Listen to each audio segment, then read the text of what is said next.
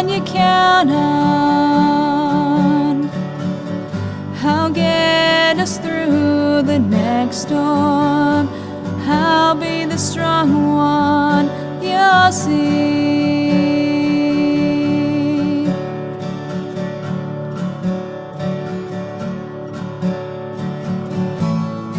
Well, it's been a hell of a year.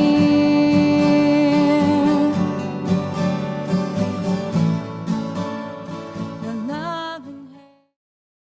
And to me, it comes down to think about if it were your sister, if it were your mother, if it were your own wife. Think about what you would feel like if someone ignored them and didn't do something for them.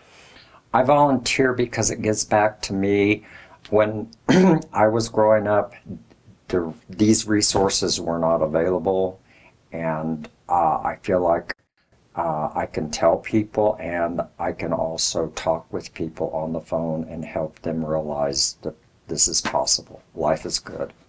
Domestic violence also affects communities and things bigger than individuals and families, and people really need to work to heal from that and end that violence. Well, I hope I can help some of them. It's kind of hard sometimes, but that's the reason I do it.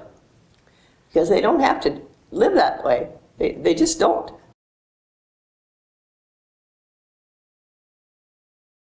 Well, there's a lot of support. There's a lot of good people. I've made a lot of friends, and like I said, the more that you do it, the easier it becomes. The crisis line is really nice because you can stay in your home and do that. I think that's important. If you don't want to leave your home but you want to volunteer, that is something that can be done easily. That's one thing I really enjoy about it. For me, it's been a very good journey, a very good addition to my life. I look forward to it.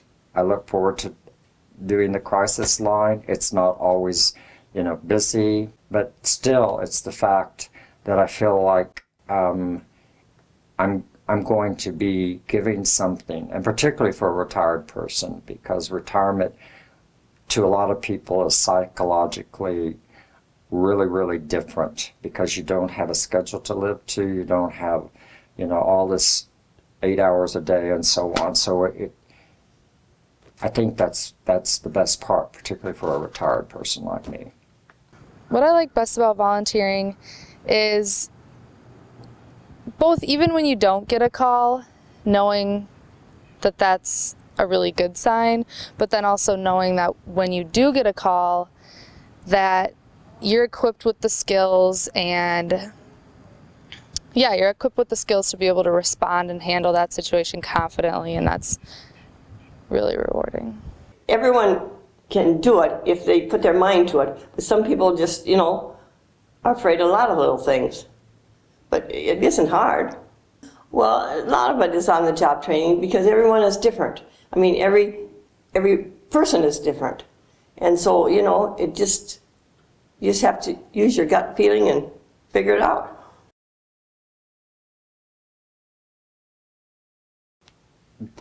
To a person that is nervous and unsure to volunteer for the Resource Center, I would tell them there are people that are available at the Resource Center to give them assurance of what they can do and how to speak, and there's always ongoing instructions that they can get throughout their startup time.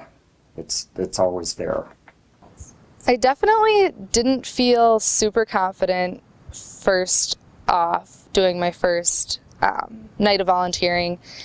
I was really nervous, and I got a call, a pretty urgent call, my first night on the line, and so that was kind of nerve-wracking, but the training really did help with equipping us with skills and knowledge to handle those types of situations. And so after that, and following up with the advocate in the morning, I was reassured that I did what I needed to do and that I handled that, and it really built my confidence throughout my time volunteering.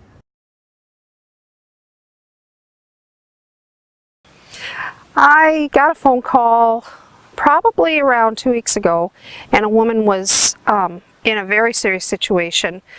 She was fleeing, and she was very scared. She asked me what her options were. I asked her if she was safe, and she was at the moment. She had police out looking for her husband already. He had just hit her. Her lip was swollen. She had told me all of this. And then I just told her, I said, you know, I'm here for you. I can talk to you.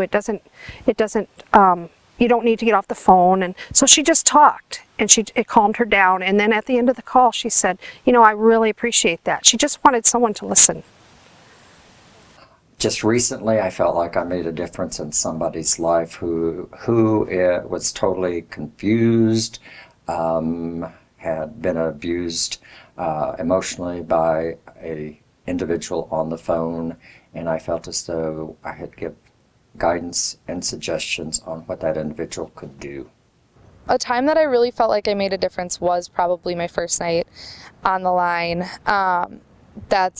That was definitely one of the most memorable times, just because it was my first time and I was nervous. But it was definitely a crisis situation, and just having that volunteer, having me on the line was important, and you could tell. We stayed on the line for quite some time, and progressively the person who called calmed down, and we talked through some things, and then I referred them to somebody else, and that was definitely necessary to have the line there and have a volunteer on the other end. Well, first I ask them if they're safe. You know, if they're safe. If they're safe, well, then we can talk, you know. But if they're not safe, then we got to get them in a safe place so they can talk. Sometimes they're trying to get help, and sometimes they just want to talk.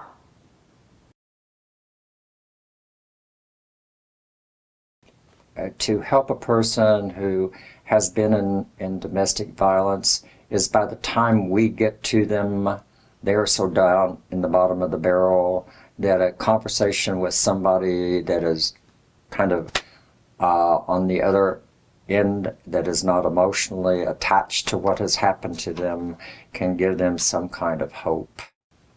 I think it's extremely important to help survivors of domestic violence because way too many women, men, children experience it. The training that you receive is great. It equips you with background knowledge about domestic violence, skills to handle situations, so you're not going in totally cold. It's really rewarding. You're really important for these people, and yeah, it's an extremely important cause, and I encourage you to volunteer. Yeah, I think once people start volunteering, they start to feel like, hey, I'm making a difference. And then they start to understand why volunteering is important, because it makes them feel good too. And it just spirals from there. Then they want to. You know, sometimes, I really believe this, I really believe that sometimes you have to step out of your comfort zone, because if you stay in that, there's a lot of times you're going to miss out on things that you would have missed. I mean, you just don't understand how much you miss if you don't try something new.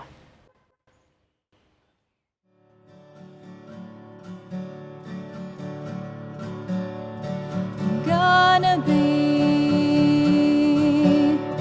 the one you count on. I'll get us through the next storm. I'll be the strong one you'll see.